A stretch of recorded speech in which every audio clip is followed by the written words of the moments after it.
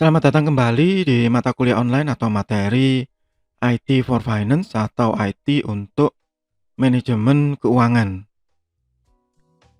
Saat ini kita ada di dalam bab mengenai e-banking.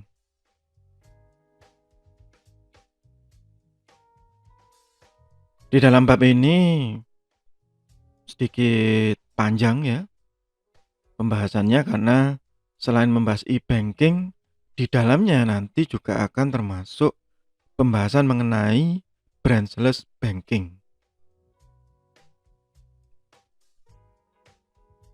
Mari kita mulai dulu dengan pemahaman mengenai e-banking. E-banking bisa didefinisikan sebagai metode saat customer perbankan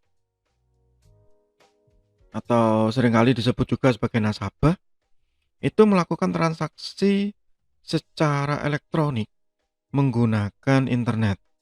A method of banking in which the customer conduct transactions electronically via the internet. Tetapi di satu sisi, e-banking itu juga didefinisikan sebagai semua transaksi yang tidak hanya menggunakan internet, tetapi menggunakan perangkat elektronik. Jadi, misalkan saja ATM ya, ataupun apa saja ya, SMS banking misalnya, itu semua masuk di dalam layanan e-banking. E-banking include the system that enable financial institution customer, individual or businesses to access account, transact business, or obtain information on financial product and services through a public or private network, including the internet. Jadi internet itu termasuk di dalam e-banking. Jadi saya mengambilnya bahwa e-banking ini tidak hanya menggunakan internet. Meskipun kenyataannya sekarang ya semuanya menggunakan internet, begitu. Itu secara umum definisi dari e-banking. Konon menurut survei di US ya, bahwa saat ini kalau di US ya, 81% pada saat video ini dibuat tahun 2020, 80% lebih masyarakat atau nasabah itu sudah menggunakan online banking. Dan lebih dari separuh itu menggunakan online bankingnya dengan menggunakan handphone. Bagaimana dengan di Indonesia? Pada saat video ini dibuat saya belum menemukan penelitian atau riset yang menyatakan seperti ini, tetapi diperkirakan ya tidak jauh berbeda, apalagi di masa-masa pandemi seperti ini.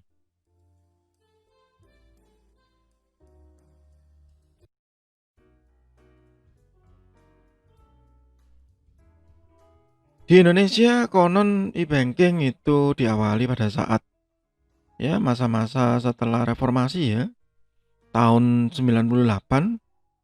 Konon ya kalau dilacak bahwa yang pertama kali menggunakan e-banking adalah Bank Internasional Indonesia atau BII. Pada saat video ini dibuat, BII ini sudah bertransformasi menjadi Maybank ya atau Malaysia Bank. Kemudian diikuti Bank Niaga yang sekarang sudah bertransformasi menjadi Bank CIMB Niaga. Dan pada tahun 2001 diimplementasikan oleh BCA yang hingga saat ini itu masih dianggap sebagai salah satu bank yang paling serius ya dalam mengadopsi teknologi untuk layanan perbankannya. Dan meskipun pada saat 2003 Bank Mandiri itu muncul sebagai bank pemerintah pertama yang mulai menggunakan e-banking, Tapi perkembangan e-banking dari BCA bahkan hingga saat ini pun itu masih tetap yang dianggap paling baik. Itu untuk yang di Indonesia ya. Dan pada saat pandemi seperti ini juga, bahkan sebelumnya, generasi-generasi muda ya, net generation, mungkin bagi Anda yang sekarang berstatus mahasiswa ya, usia-usia antara ya 18 sampai 20-an ya, sampai dengan 30, itu sudah mulai menjadi nasabah yang seperti ini. Many banking customers are developing an unwillingness to visit traditional branches and are becoming less loyal to a specific bank. Faktanya memang demikian, saya juga begitu. Jadi nanti akan ada lagi pembahasan khusus ya mengenai payment gateway. Pada saat payment gateway ini sudah mulai marak pun, maka kita sudah tidak lagi loyal terhadap satu bank. Ya, karena membuka rekening bank menjadi lebih mudah. Ya, pada saat video ini dibuat sudah banyak sekali ya bank yang membuka layanan pembukaan rekening melalui online. Mulai dari BCA, Bank Permata yang sedang agresif mengiklankan diri, misalnya BRI begitu, atau BTPN melalui Genius. Ya, semuanya sangat mudah ya membuka rekening. Bahkan payment gateway seperti OVO, GoPay itu semua Dana ya. Itu mempromosikan bahwa saat kita melakukan transfer antar bank itu fee-nya sudah mulai ditekan ya. Bahkan beberapa digratiskan dengan jumlah tertentu. Sehingga tidak ada lagi loyal ke satu bank tertentu karena layanannya semuanya mirip ya sudah. Hampir sama. The ready adoption of e-banking services by customer will enable banks to realize return on their investment while providing them with a competitive advantage.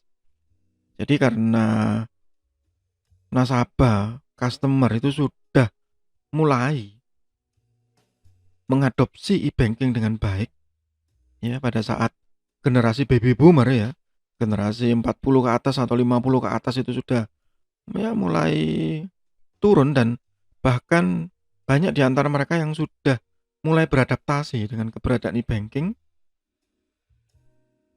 Maka perbankan ini mulai menyadari bahwa saat mereka berinvestasi di teknologi akan ada ROI yang muncul ya.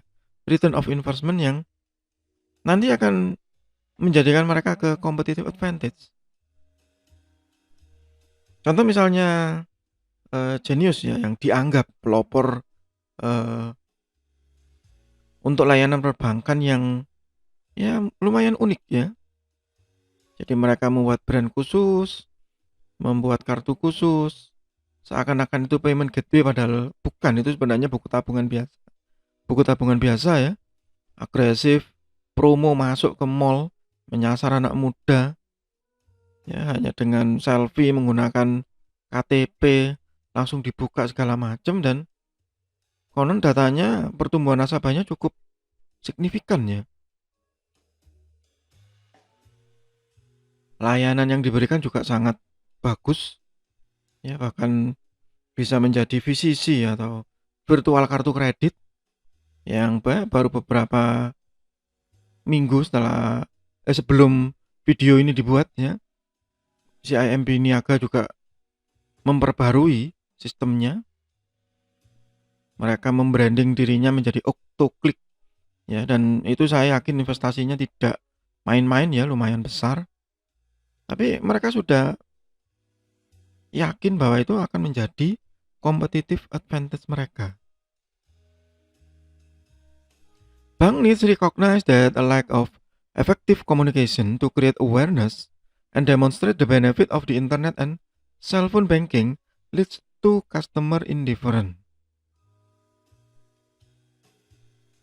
Artinya mereka ya perbankan ini maksudnya itu sudah tahu bahwa mereka harus banyak menciptakan awareness bagi customer baru atau calon customer baru atau nasabah baru bahwa internet dan cellphone banking atau e-banking atau mobile banking mereka itu akan sangat berpengaruh ya.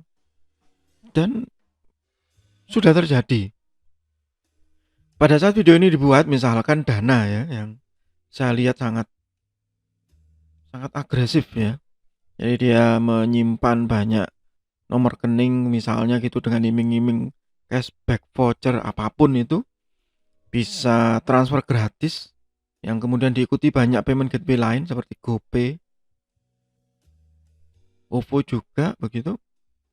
Yang akhirnya bahwa handphone itu sangat memegang peran penting ya dalam pembayaran. Apalagi di masa pandemi seperti ini, pemerintah dengan agresif juga begitu melakukan promosi cashless payment-nya untuk mencegah atau mengurangi kontak, untuk mencegah penularan. Dan itu sangat berpengaruh ya kepada perkembangan e-banking. Itu untuk sementara di bagian pertama. Di bagian berikutnya nanti kita akan mendiskusikan tentang key teknologi risk dari e-banking. Karena ini materi atau mata kuliah online yang arahnya ke manajemen keuangan, maka saya melakukan pembahasan dari sisi manajerial. Ya meskipun ini ada teknologinya, tetapi dari teknologi tadi bukan secara teknis, misalnya sertifikasi perbankan begitu ya, enkripsi ataupun kriptografi yang terkandung di dalam perbankan e-banking ya, tidak. Tetapi secara umum dari pihak manajerial ya, sehingga sudut pandangnya sedikit berbeda. Itu untuk sementara di bagian ini, masih di mata kuliah online atau materi IT for Finance atau IT untuk manajemen keuangan. Semoga bermanfaat. Tetap sehat, tetap semangat. Terima kasih.